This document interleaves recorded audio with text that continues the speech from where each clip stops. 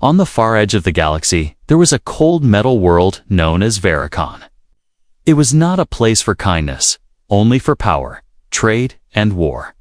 The alien nobles ruled with cruelty, and humans were seen as tools, just workers, nothing more. But one human Cole was different. He was a mechanic, sharp, quiet, and strong in spirit. He worked alone in the lower sectors, fixing machines no one else could. One day, the richest noble on Vericon, Lord Raxon, visited the lower levels. People cleared the path, trembling. Behind him walked guards in gold armor. Cole kept his head down, hoping to avoid trouble, but Raxon stopped in front of him, smiling in a cruel way. "You are the human fixer?" Raxon asked, his voice full of mockery. Cole simply nodded. Yes. Raxon clapped. And two guards brought a floating pod behind him. Inside, it was a young alien girl, silent, pale, and unmoving. "She is my daughter," Raxon said with a smirk. "Paralyzed since birth, useless to me," he continued.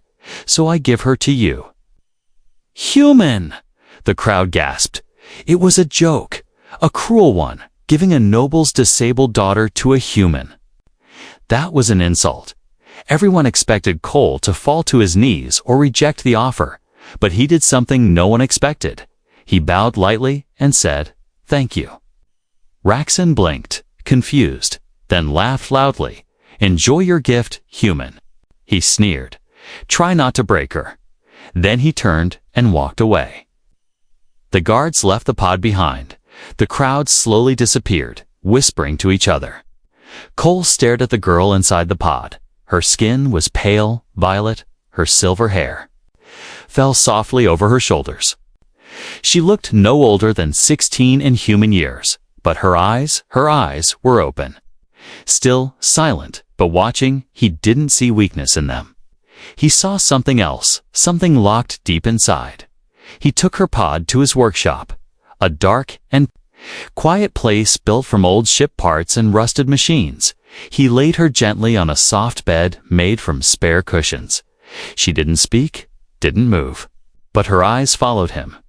That night, he sat beside her, sipping a cup of recycled water. "Do you understand me?"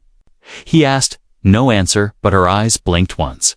Slowly, he leaned forward, unsure. "Do you want help?" Still no answer. Then, just before midnight, her lips moved. One word escaped, barely a whisper. "Help." Cole sat still, frozen. It wasn't a machine glitch or a trick. She had spoken. Something was alive inside her. Over the next days, Cole cleaned her, cared for her, talked to her. He tried small movements, basic tests. Her fingers didn't move, her arms remained still. But her eyes, they always followed him. He brought old human scanners. Checking her neural signals, to his surprise, her brain activity was high, even more than normal aliens.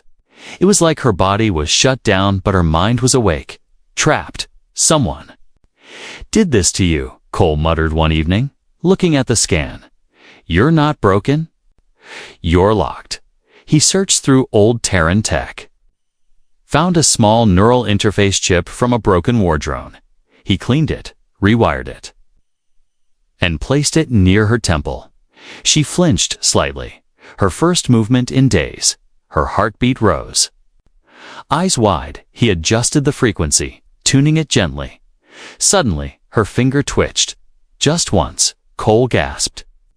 Then another twitch. This time, her whole hand shook for a moment. "You are in there," he whispered, his voice shaking.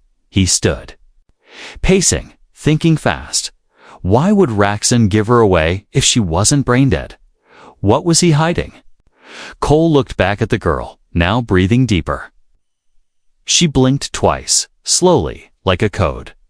Her lips moved again, very slowly. More. "Please." He rushed to his console, powered up more of the old tech.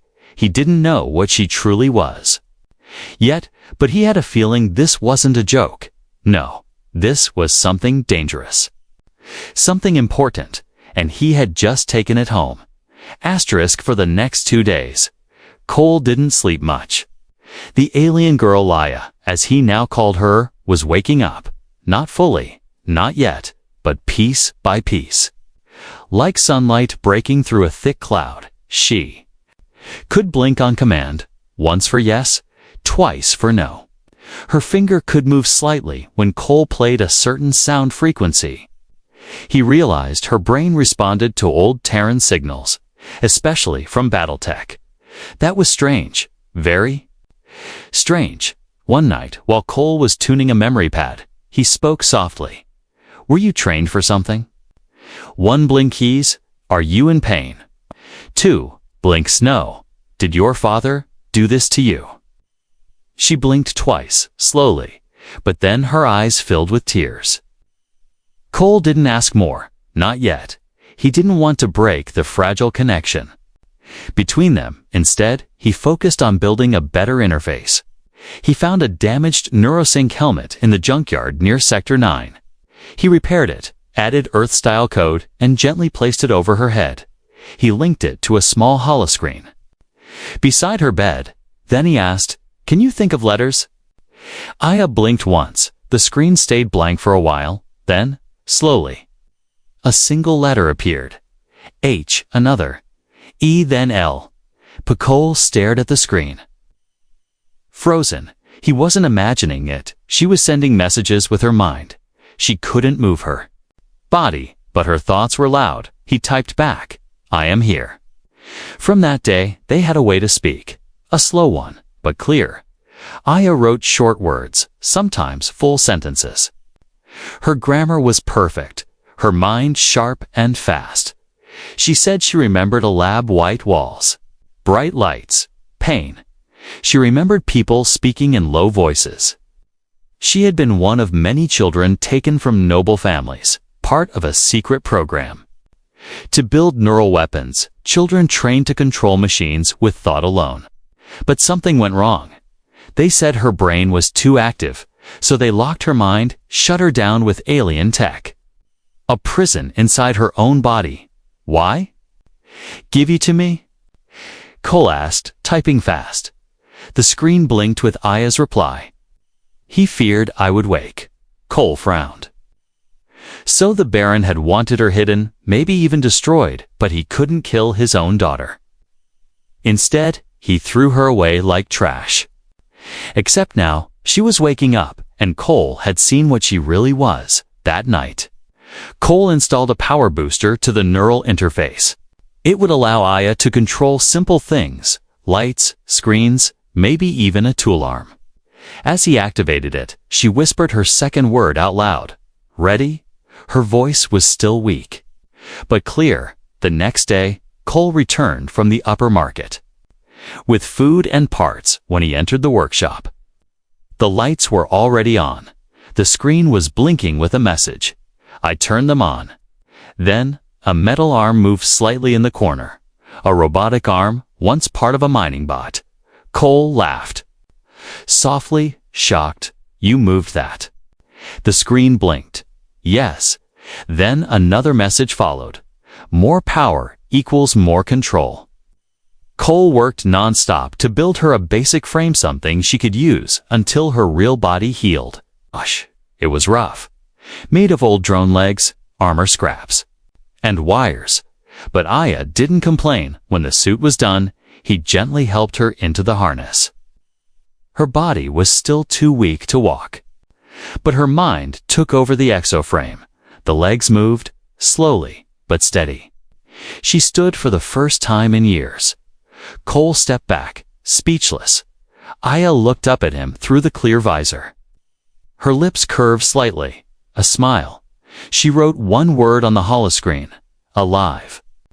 That evening, they sat together in the quiet workshop. Aya, now half machine but fully conscious, looked around with curious eyes. She moved her fingers slowly, touched the table, touched his hand. For the first time, she felt real freedom.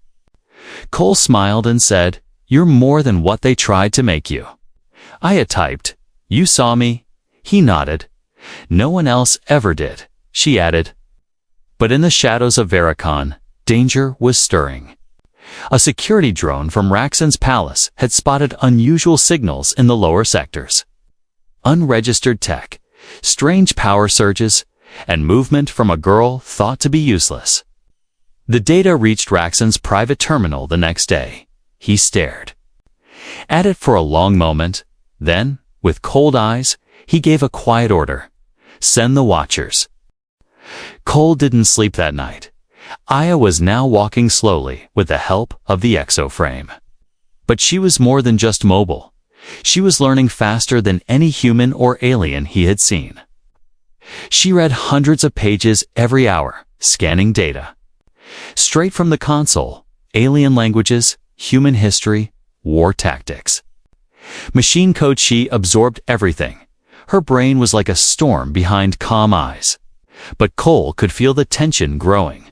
One morning, he noticed a small black drone hovering just outside the workshop. Silent, still, watching, he grabbed a metal rod and smashed it before it could escape. But it was too late. The drone had seen enough. Aya stood behind him, watching through her visor.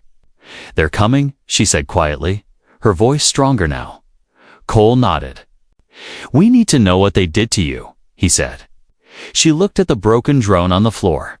I think I already know. They returned to the workbench. Cole connected the neural interface to an old alien archive drive he had hidden for years. Maybe this can unlock your memory blocks, he said. Aya hesitated. It might hurt, Cole replied. We go slow. He connected the wires, adjusted the signals, and activated the link. Aya's body stiffened for a moment. Her eyes flickered with rapid movement. Then she whispered, I remember.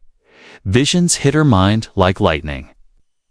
White rooms, screaming children, cold machines. Her head locked in place while voices said she was a neural anomaly. Doctors in white suits, calling her a failure. Her father's voice, angry and distant. She's not normal. Erase it. Shut her down. Aya gasped, her body shaking. Cole grabbed her arm. It's okay, I'm here. Tears rolled down her cheeks as she whispered, he didn't just abandon me. He erased me. Cole's hands tightened into fists. Not anymore, he said. You're free now. But Aya wasn't done. Her memory kept showing flashes, screens, files, names, and coordinates. She saw blueprints for a system called Neuralock. It wasn't just for her. It was a program to control beings like her if she ever awakened. It could shut her down again, unless... I need to find the main signal source, she said suddenly. If it's still active, it can stop me at any time. Cole understood. They had only one option: disable the signal. But it was deep inside Raxon's tower, the most secure place in Veracon. Aya turned to Cole. I want to go, he hesitated. You just started walking. I can do this, she said. You believed in me first. Cole looked at the broken drone on the table. If they waited too long, Raxon would send soldiers. Not just spies, all right, he said. But we do it my way, silent, fast, no killing. Aya nodded, agreed. That night, they prepared. Cole upgraded her exoframe with energy dampeners and stealth plating. Aya downloaded blueprints of the tower from an old construction file. Together, they built a small jammer to block external signals temporarily. They were ready. As they left the workshop, Cole looked back once. He didn't know if they'd return. But one thing was clear, was no longer a prisoner. She was something powerful now. They crossed into the city shadows. Moving through maintenance tunnels and forgotten paths, Aya's steps were careful. But each movement grew stronger. When they reached the tower, they waited behind an old supply truck. 3 guards stood at the entrance. Armed with shock rifles, Aya pointed to the rooftop. There's a vent shaft, she whispered. Cole smiled. You really studied those plans. I don't forget anything, she said softly. They climbed the wall using magnetic grips, reaching the shaft without being seen. Inside, it was narrow and dark.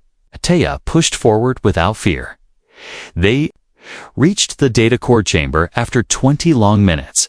The neurolock signal pulsed from a crystal-like device floating in the center. Cole whispered, "Can you stop it?" Aya nodded, eyes glowing slightly as she stepped closer. She placed her hand on the control panel, and her mind entered the system in the digital space. She saw code flowing like rivers of light, traps, locks, hidden commands, all trying to stop. She fought them with her thoughts, tearing down firewall after firewall. Then she found it a kill switch marked subject. Aya. She paused for a moment, then deleted it. The neurolock was gone. Back in the real world, the crystal turned. Dark Aya opened her eyes, her body trembling but her voice calm. "It's done." Cole smiled. "You did it." But then an alarm blared. Red lights filled the room. They had been found. "Time to run," Cole said, grabbing her arm, but Aya shook her head. "No more." "Running," she said, her voice steady. She raised her hand, and the crystal core behind her sparked and exploded. The lights flickered and died. They ran into the darkness, disappearing into the city once more. But the message was clear. I was no longer asleep, and she had just unchained her mind. The explosion in the tower shook the lower districts of Veracon. Cole and Aya escaped through a broken tunnel under the city. Dust fell from the ceiling as they walked. Cole's heart was racing, but Aya was calm. She had done it. The neural lock was gone. Her mind was free completely that night, back at the workshop. Aya removed the visor from her head. Her movements were smoother now, more natural. She looked at her hands and whispered, "They used to shake. Now they don't." Cole nodded, wiping the dust from his face. "You're healing?" he said. She looked at him. "I want more." "More what?" "More than this frame," she said, tapping her chest. "I want to fly." Cole smiled, but looked worried. "You mean?" "A full-body interface." She nodded. "You said I was more than a prisoner, right?" "Let me prove it." For the next few days, they worked in silence. Cole broke down old war machines, drones, and even a damaged pilot suit. Aya helped design a new shell, one that would work with her mind and her weakened body. It had 4 legs that could lock into 2 foldable armor, internal boosters, and a neural-linked shield system. Cole called it Project Phoenix. Aya called it home. As they built, she spoke more. She told him about her dreams, flying ships, touching the stars, leading others like her. She didn't want revenge. She wanted freedom, not just for herself, but for any child who had been locked away like she had. Cole listened, surprised by her strength. She had been through torture, pain, silence, sand, yet her heart was kind. On the 6th day, Project Phoenix was complete. Cole wheeled the armor frame to the center of the workshop. It looked strong, sleek, and alive, black with silver lines, built to match her thoughts. Aya stepped forward, trembling. "With emotion? Let's begin," she said. He helped her into the core of the suit. Connecting the neural ports, she closed her eyes as he turned on the interface. Power flowed through the suit. Her body was weightless inside, her mind guiding every wire, every servo. Then she moved, one step, then another. No shaking, no delay. She walked, ran, turned, jumped. The suit obeyed her thoughts like it was part of her. Cole stepped back, amazed. "You're not walking anymore?" he said. "You're flying." Just then, a sharp ping echoed from the scanner. Cole looked at the screen. 6 ships entering Veracon's lower atmosphere. Alien symbols, Raxon's fleet. "They're here," he whispered. Aya turned, visor glowing softly. "Then it's time." She stepped outside the workshop for the first time on her own legs, her new legs. The city was quiet, but in the sky above, dark ships circled like vultures. Citizens ran for shelter, thinking it was another noble raid. But this time, the enemy wasn't after slaves or machines. They were after her. Aya moved to the center of the street. Cole followed behind, holding a signal booster. She looked up as a dropship landed near. The market square. From it, armored guards marched forward. Led by a commander in red armor, "You are property of Lord Raxon." The commander shouted, "Surrender immediately." Aya stepped forward and spoke calmly. "I'm not his property. I'm his mistake," with a thought. Her armor unfolded a shimmering energy shield. The guards raised their rifles too. Slow, Aya leapt into the air, her boosters firing for the first time. She landed behind them, stunning to guards with a single wave of energy. Cole watched from behind cover, heart pounding. Aya was fast, elegant, and powerful. Not violent, but exact. She didn't kill, she didn't destroy. She disabled, she defended. One of the guards fired a plasma shot. Aya raised her hand. Catching the bolt with her shield, it dissolved with a pulse of light. She sent out a shockwave that knocked the soldiers back without burning them. She turned to the commander. "Tell my father." "I'm not afraid anymore." The commander stared at her, stunned, then ran back to the dropship. Aya didn't chase, she simply stood there. Surrounded by silence, slowly, doors opened and alien citizens stepped out. They had seen everything. A girl they thought useless, now standing like a guardian. Some of them bowed, others whispered, "She's alive, she's one of us, she's more than her blood." Cole walked beside her. "You changed everything tonight," he said. Aya turned, her visor lifting slightly. Showing her face calm, strong, "No," she said. "This is just the beginning." But far above them, Raxon watched from his palace, his face cold, his fingers tapping the armrest. "She wants to play hero," he muttered. "Let her." He pressed a button, and a file opened. "Release the other subjects." Raxon sat in silence, staring at the holoscreen in front of him. It replayed footage of his daughter in her new armor. Moving like a shadow through his elite soldiers, his eyes narrowed as she stood tall, confident, and completely in control. Useless? He whispered to himself, "No." Far from it, he had given her away as a joke, a way to erase a mistake. But now that mistake had a name, a voice, and the loyalty of the people. They were whispering in the streets about her power, her kindness, her courage. Raxon's pride burned. It was time to act. The next morning, Cole and Aya were repairing the outer walls of the workshop. Citizens had left small gift stools, spare batteries, and even hand-drawn thank you signs. Aya smiled, watching a small alien child wave at her from across the road. "I never thought people would see me like this," she said. Cole handed her a screwdriver. "They see the real you now." Suddenly, a royal hovercraft dropped from the sky, landing just meters away. Its doors opened, and Raxon stepped out. No guards, no weapons, just his towering presence. Aya's smile vanished, her body tense. Cole stepped forward, placing himself between her and the Baron. "You're not welcome here," he said coldly. Raxon raised a hand. "Peace, human," he said, voice calm but sharp. "I've come to speak." To her, Aya stepped forward slowly, her armor glowing gently. "What do you want?" she asked. Raxon looked at her for a long moment. "You've made quite the scene." "Daughter," he said, "fighting soldiers, destroying systems, turning the people against me." Aya didn't flinch. "You erased me," she said. "You locked my mind and threw me away." Raxon smiled coldly. "I saved you," he replied. "You were unstable, dangerous, a threat to your own kind." Aya's voice shook. "But not with fear, with control. You feared what I could become." Raxon stepped closer, lowering his voice. "And I still do. You may have the people's attention now, but you are still a failed project. You were one of many." Aya's eyes narrowed. "What do you mean?" He leaned closer. "There were others, built like you, locked like you, trained to obey. They're still sleeping. But I can wake them." Cole's eyes widened. "You wouldn't." Raxon cut him off.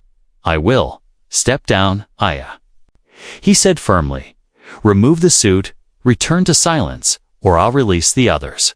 And they won't be as kind as you." Aya's heart pounded. She knew he wasn't bluffing. He had always kept secrets. Always kept control. Now he wanted. Her too about to break again. She looked at Cole, then at the people gathering nearby. Children, workers, elders watching from a distance. Scared, she took a deep breath and said, "No." Raxon's eyes darkened. "You choose war then. I choose freedom." She said, her voice echoing through the street. "I choose too." "Be more than your broken toy." Raxon turned away slowly. "You'll regret this," he said. He stepped into his ship, and with a blast of wind, it vanished into the clouds. Cole looked at her, worried. "You think he'll really wake them?" Aya nodded. "He already has." That night, the stars above Veracon shimmered unnaturally. Strange signals echoed through the upper atmosphere. Cole tracked the encrypted codes sent from Raxon's tower to secret labs across the planet. Old vaults hidden deep underground began to open. Aya sat still in her armor, eyes closed, feeling the change in the air. "They're coming," she whispered. "Who?" "Children like me," she said, "but they won't remember who they are the next day." Reports spread across the city.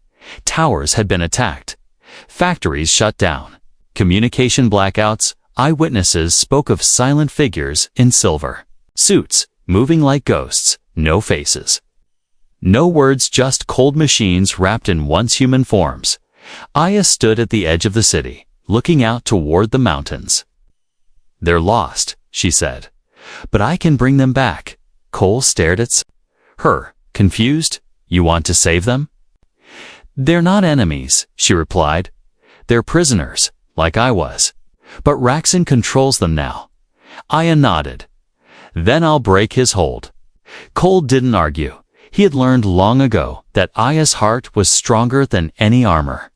And maybe she was the only one who could reach them, back in Raxon's tower.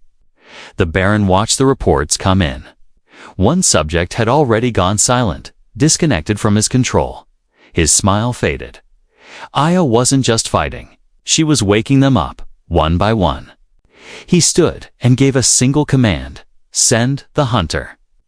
The wind over the cliffs of Veracon was cold and sharp.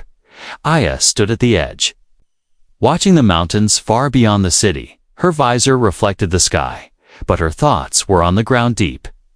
Underground, where the other subjects slept, or worse, where they had already awakened. Cole arrived with a backpack of supplies and a worried face. "More attacks," he said. 3 outposts, 2 power stations. No deaths, but the systems were torn apart like paper. Aya nodded. "They're testing their strength. Or someone's testing it for them." The people in the lower cities were afraid again. They had seen hope in Aya, but now whispers returned, dove ghosts, in armor and silent shadows. Aya knew she had to act fast. That evening, she and Cole took a hidden path toward the old vaults. Her armor had been upgraded against leaker. Faster, with stronger neural links, it now responded to her thoughts instantly, and it could connect to nearby systems with just a glance. "Still feels strange," she said softly as her armor adapted to the rocky terrain. "Like I'm not just wearing it anymore." Cole looked at her, curious. "It feels like what?" Aya paused. "Like it's becoming part of me." They reached the vault entrance after sunset. It was half buried in the mountain rock. It's cold and untouched for years. But now it was open. Lights flickered inside, and a soft hum filled the air. Aya stepped forward, her visor scanning for movement. 3 life signals, she said. "Close." They entered slowly, passing through long corridors lined with cryopods. Each one once held a child, now empty. Cole felt a chill in his spine. "This place is like a graveyard," Aya whispered.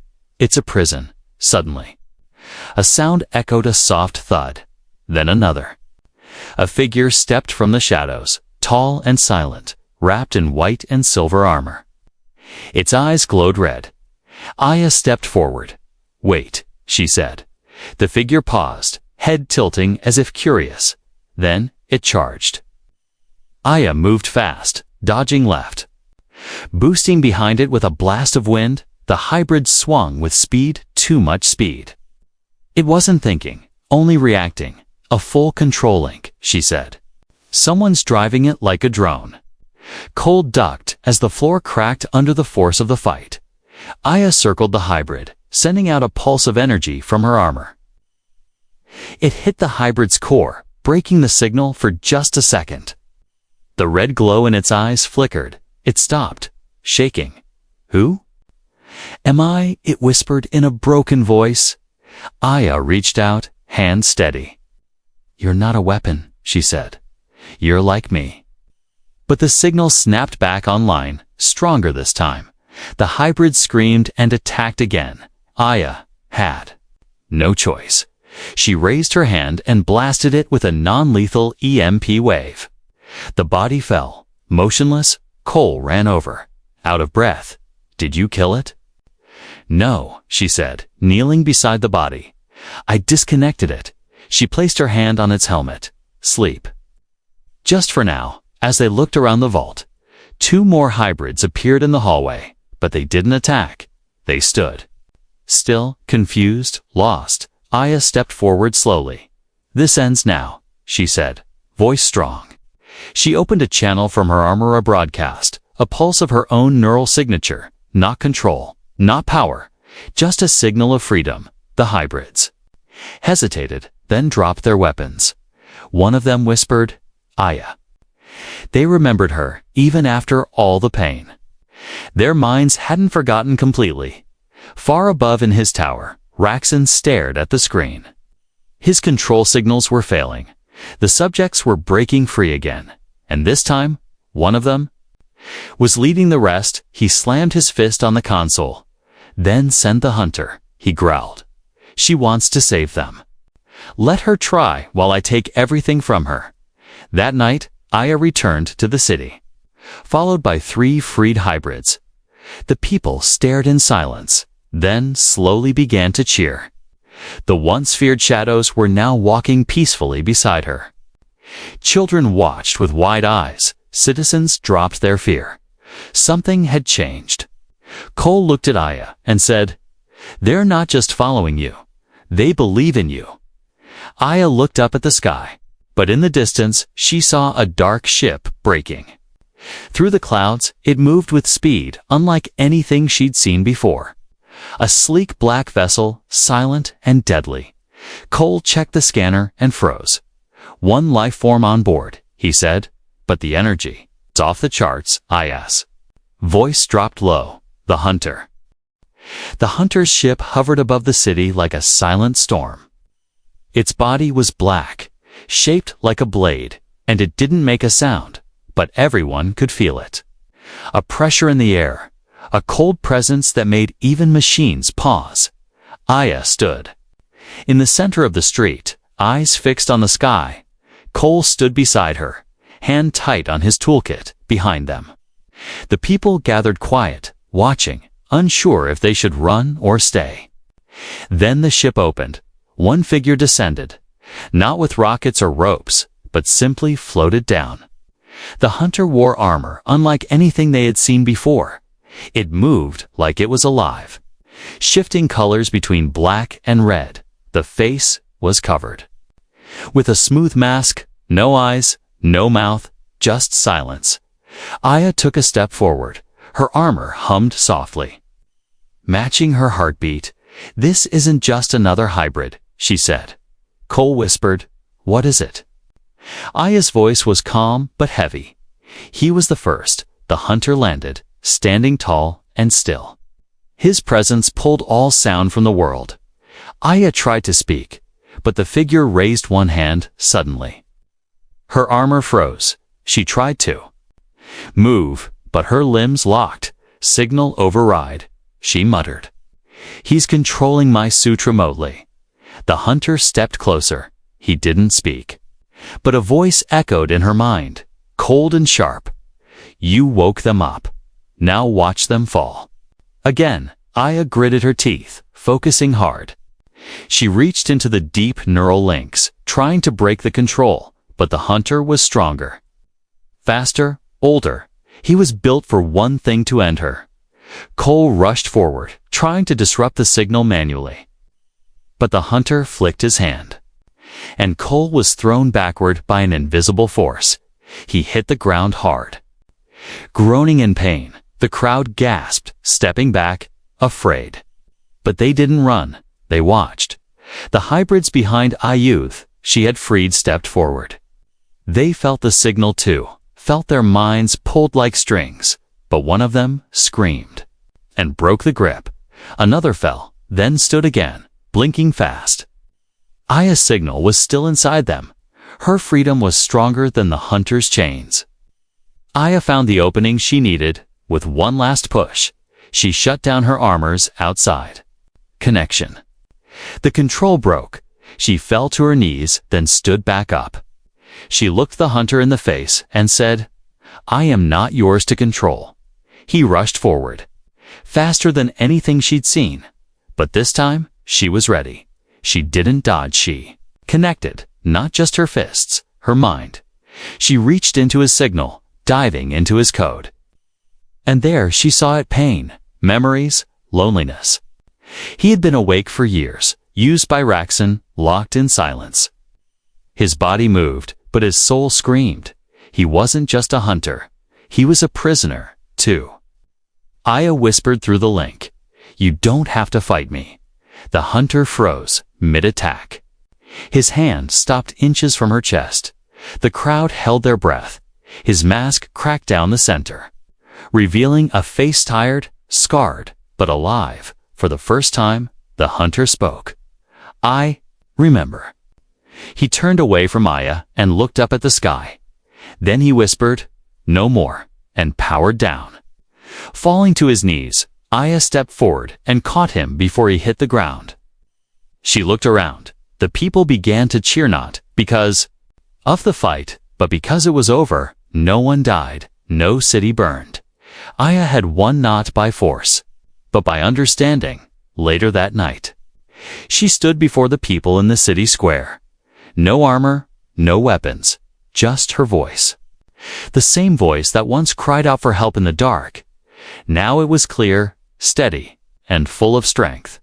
"I was given away as a joke," she said. "They called me broken, useless, dangerous." But one human saw something else. She looked at Cole, who smiled quietly. "You gave me a chance to wake up," she continued. "And now, I want to give the same chance to others." The hybrids stood beside her, no longer hiding. The people clapped, some crying, others simply stunned. She wasn't just a girl in a suit anymore. She had become a symbol. Far away, in the palace above, Raxon watched in silence.